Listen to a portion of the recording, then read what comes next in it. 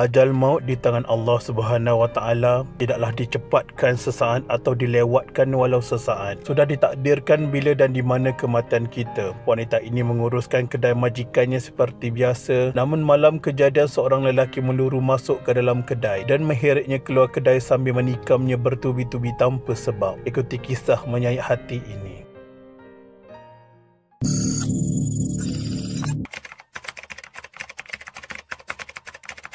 Seorang pembantu kedai kain yang ditikam sebanyak 6 kali di dalam kedai di Jalan Kampung Daik meninggal dunia awal pagi 2 Februari 2012. Wan Manisah Wan Mansur, 27 tahun, meninggal dunia kira-kira 2.15 pagi di Hospital Sultanah Nur Zahirah. Mangsa yang berasal dari Durian Mas Dungun dipercayai ditikam oleh seorang lelaki tidak siuman dalam kejadian kira-kira 8 malam 1 Februari 2012.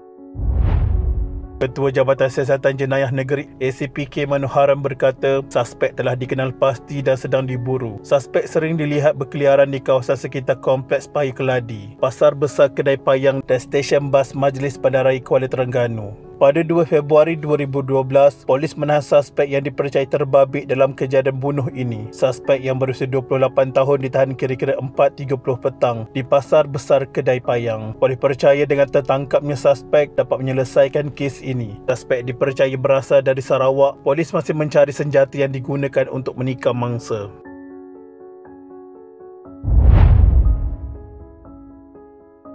Kejadian berlaku apabila suspek yang meluru masuk ke dalam premis itu terus memeluk Wan Manisah dari belakang selepas mangsa cuba menghalangnya. Suspek kemudian mengheret mangsa hingga ke depan kedai sebelum menghentak kepala wanita itu ke lantai dan menikam belakang badan mangsa hingga mengenai paru-parunya. Bedah siasat mendapati terdapat 6 tikaman pada bahagian kiri badan mangsa, iaitu 3 di lengan dan 3 di belakang.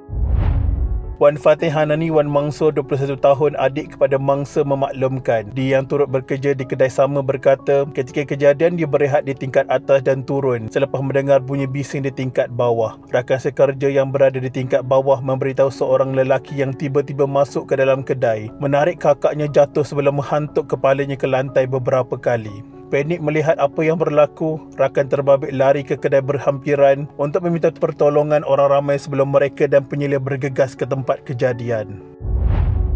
Di samping itu, keinginan Wan Manisah untuk pulang ke rumah keluarganya di Bandar Mutafi Billah Shah Dungun membingungkan ibunya Nuraini Jusuf, 45 tahun. Bagaimanapun, ibu kepada 12 orang anak itu tidak menyangka ia merupakan petanda bahawa anak sulungnya itu akan pergi meninggalkan mereka buat selama-lamanya. 3 jam sebelum kejadian, mangsa ada menghubungi ibunya dan memberitahu tidak jadi pulang ke rumah. Padahal, malam sebelumnya, mangsa ada menelefon ibunya memberitahu mahu balik menaiki bas.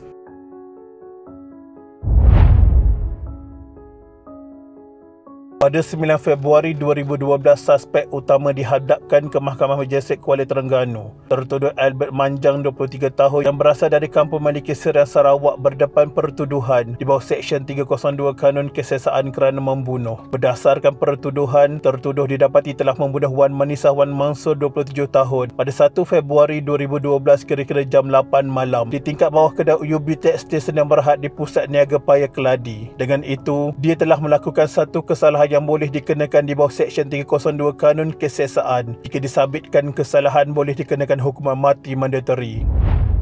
Tertuduh yang berpakaian lokap berwarna ungu bagaimanapun tidak membuat sebarang pengakuan sebaik pertuduhan dibacakan di hadapan Magistrate Abdul Hayy Salim, manakala pendakwaan dilakukan oleh Ketua Unit Pendakwaan Muhammad Jazamuddin Ahmad Nawawi.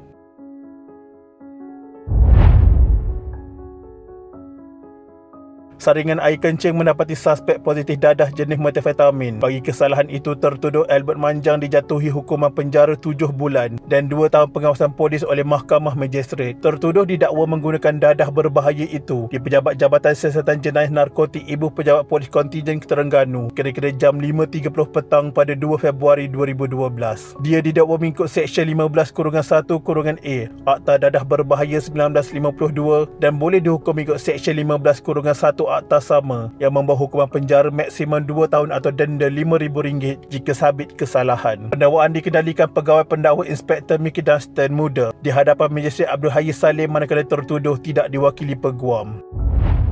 Selain itu, Mahkamah Tinggi pada 9 Mei 2013 membebaskan dan melepaskan suspek atas tuduhan pembunuhan ini. Bagaimanapun, Hakim Muhammad Yazid Mustafa mengarahkan tertuduh dihantar untuk mendapatkan rawatan di Hospital Permai Johor Bahru sehingga mendapat perkenan daripada Sultan Terengganu. Mahkamah mendapati tertuduh didapati bersalah membunuh mangsa. Bagaimanapun, semasa kejadian, tertuduh didapati dalam keadaan tidak waras dan tidak tahu serta tidak memahami kesan akibat kesalahannya itu telah menyalahi undang-undang. Disebabkan itulah, Mahkamah memerintahkan agar tertuduh dihantar menerima rawatan mental di Hospital Permai Johor Bahru sehingga mendapat perkenan Sultan Terengganu seperti mana di bawah Seksyen 348 Kanun Kesalahan Jenayah.